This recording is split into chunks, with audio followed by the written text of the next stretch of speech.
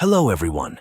In this video tutorial, we will guide you on how to change your name on Roblox. So, let's dive right in.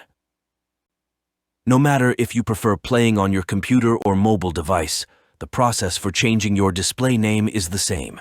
Just open the Roblox app or head over to the Roblox website using your favorite web browser and sign in to your account. Look for the gear icon in the top right corner on the website.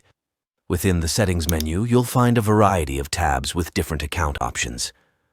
Navigate to the tab labeled Account Info to find the settings related to your username and the name displayed in-game.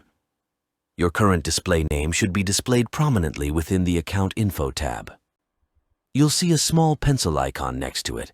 That's your chance to edit your name. Click on the pencil icon to begin the process of updating your display name.